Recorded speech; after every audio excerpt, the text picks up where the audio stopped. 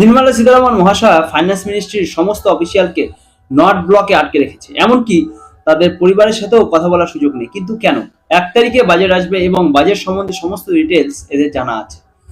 কেউ যদি ভুল করেও বাজেট আসার আগে সমস্ত ডিটেলস বাইরে লিক করে দেয়, তাহলে শেয়ার মার্কেট ম্যানিপুলেট হতে পারে, দাঙ্গা হতে পারে, অনেক কিছুই হতে পারে। এই জন্যই যখন বাজেট তৈরি হয়ে যায় তখন একটা হালুয়া সেরেমনি রাখা হয়, যেখানে ফাইন্যান্স মিনিস্টার নিজে হালুয়া তৈরি করে দেয় সমস্ত অফিসিয়ালকে। 7-8 মাস থেকে অনেক কষ্ট করে এরা বাজেট তৈরি করে। এই halwa is a token of respect and appreciation of their hard work. Halwa খাওয়ার পরেই বাজেট চলে যায় প্রিন্টিং মেশিনে, আর এরা চলে যায় বিল্ডিং এর নর্থ সাইডে, cut out from the outside world. Budget পেশ হওয়ার পরেই তারা বিল্ডিং থেকে বেরোবে।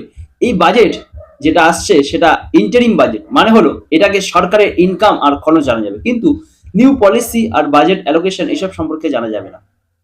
কারণ